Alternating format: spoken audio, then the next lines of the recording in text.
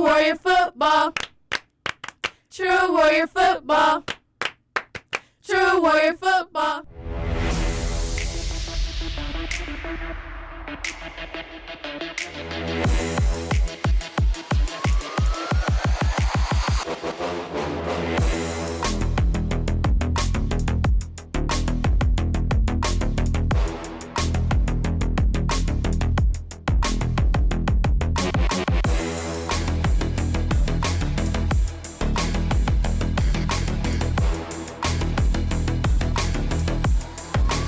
You are listening to True Warrior Football Podcast with your host, Corey Kid Smith. Welcome back, ladies and gentlemen. Welcome back. I am your host, Corey Kid Smith. You're watching another great episode of True Warrior Football. And man, getting straight to it, tough one for our Warriors last week as we came up short once again for the 9th straight time against Center Grove. And it's getting tougher. Each time, you really want to get off that hump. You really want to just get past this opponent, and we just cannot get there. Maybe my hopes and aspirations were a bit too high for this first game.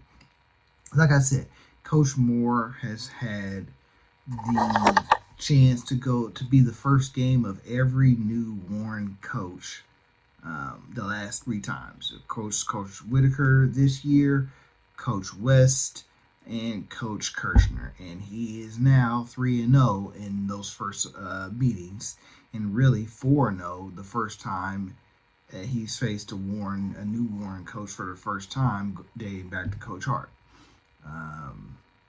It's just the program he runs over there is top notch. Top notch. And are they unbeatable? Absolutely not. Absolutely not. Can we get the best of them? Yes. Will it take a much better effort than what we put out there? Absolutely. We need to be better in all phases of the game when we face Center Grove. Period, point blank.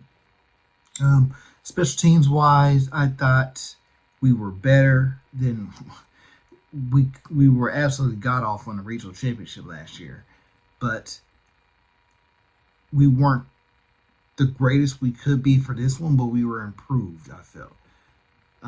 Defensively, we were missing JJ, Jeremy Finch Jr., we were missing Caleb Elkins, who's coming back from an injury. Hopefully we have both those guys back in 2 weeks. Defensively, it was a bunch of brand new guys out there. And really, for the most part, I felt like we really held our own.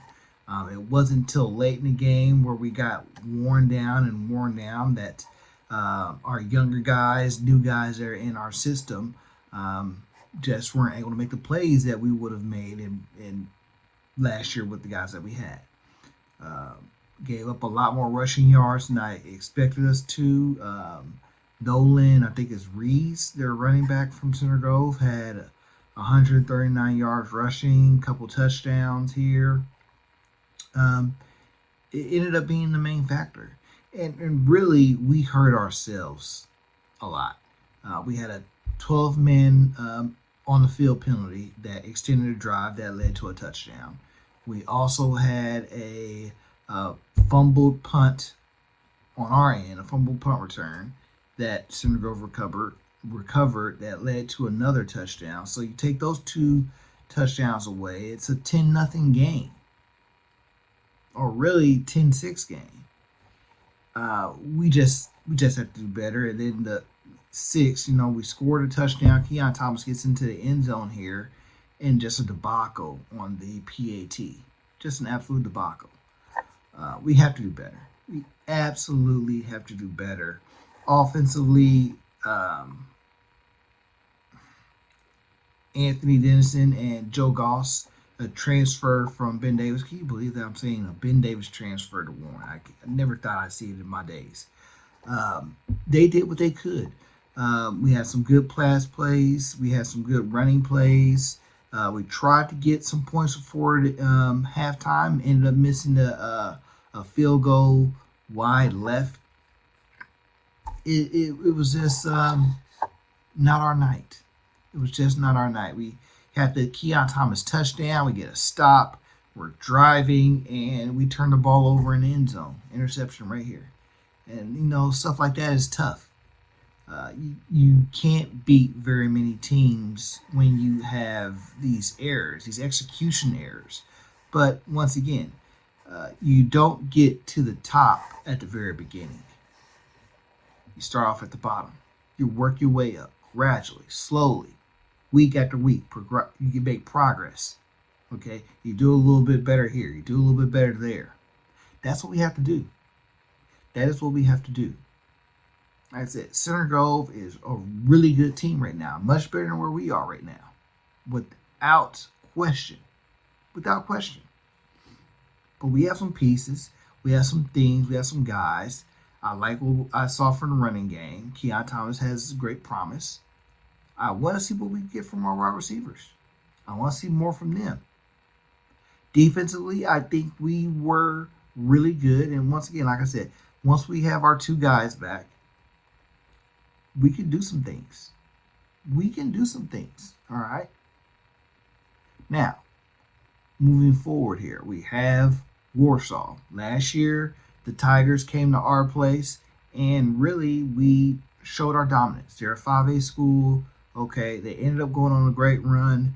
I want to say they won like 6-7 straight games going into the state championship before they lost to Decatur Central. But in our game, they could do nothing. They could do nothing. A shutout.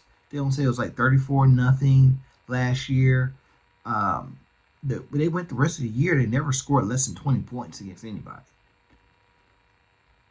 They last week faced off against Fort Wayne Snyder and had I want to say barn burner, but man, it was a great game. 35-30 was the final score.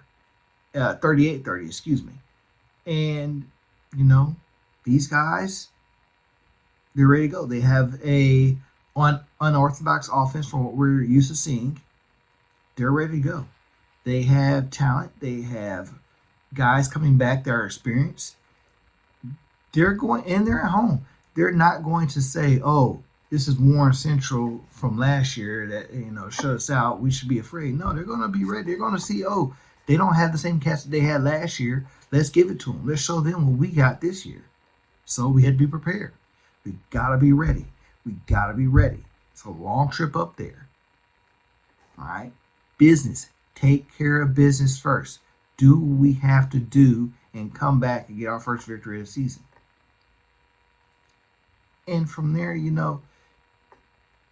each and every game that we play, whether we win or lose, we need, like I said, we need to see progress. Need to see the offense getting better.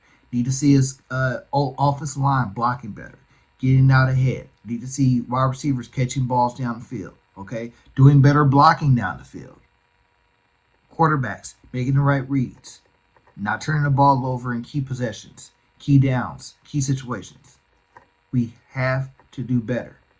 We have to do better. And I know Coach Whitaker and his staff will get everybody better on that side of the ball. Coach Clark, I know he's getting the guys on the defense side of the ball better as well. We'll be okay.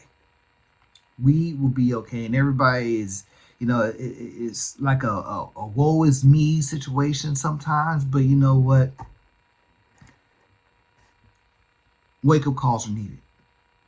Everybody thinks they're the greatest before the pads get actually put to action. Now pads been put to action. Now they've actually put stuff on film. Now I actually see how good they really are or how good they aren't. Now it's time that we make the moves and get better. So that's this week. Or last week, I should say, and this week. So let's progress and take a look at some of our guys playing at the next level.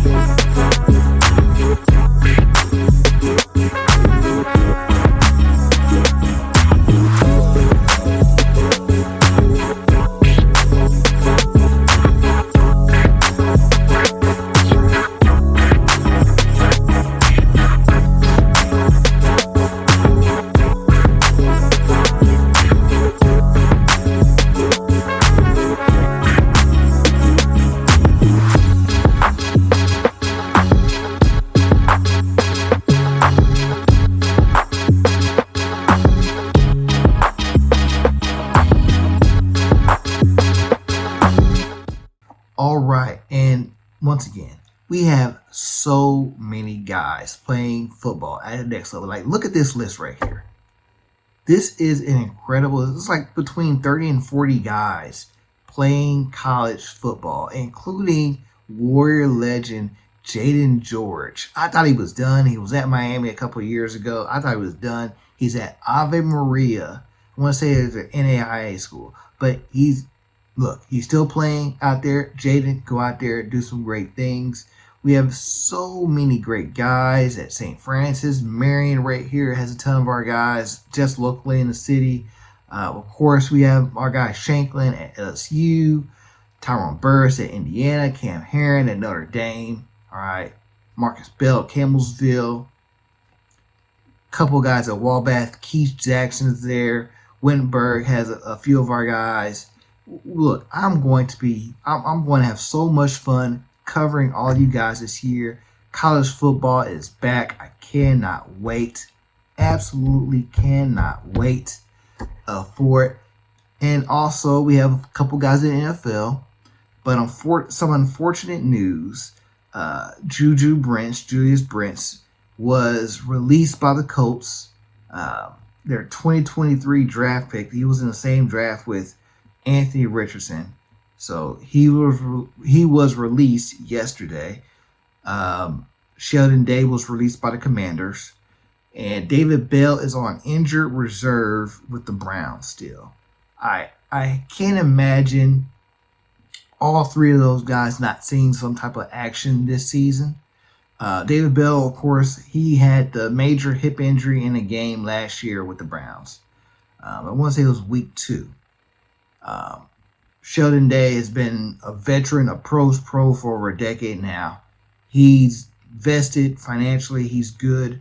I know he's going to get another chance. He's probably going to be on somebody's practice squad. He's still got it. He's still got it.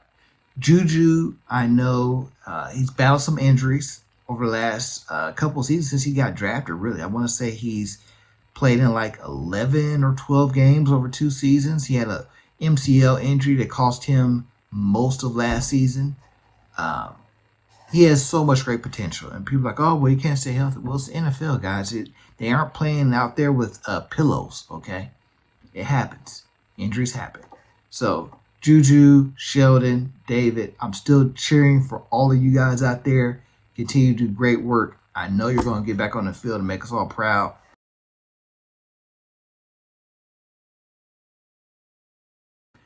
And also, speaking of fields, okay, moving back here to the east side, last weekend, man, it was so great to see so many of our Warren legends back in the building for the 85 and 2005 reunion.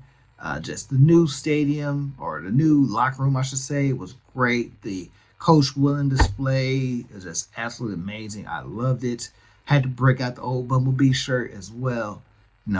Coach Willen's just an all-time great coach, legend. If there's not much more I can really say, just what he meant to the program will never be forgotten, and this honor bestowed on him and his family is just truly remarkable, incredible. I'm so happy for them. So glad to see a lot of the family last week there. But yeah, I love that new locker room. It's going to be great. Continue. I hope our players continue to take care of it and make it their own. 20 years have gone by since the old locker room was new. It's time for a refreshment, man. So I'm glad they got that. But hey, that's all I got for you guys today. I'm your host, Corey the Kid Smith. You just watched another great episode of True Warrior Football. Warrior Band, take us away.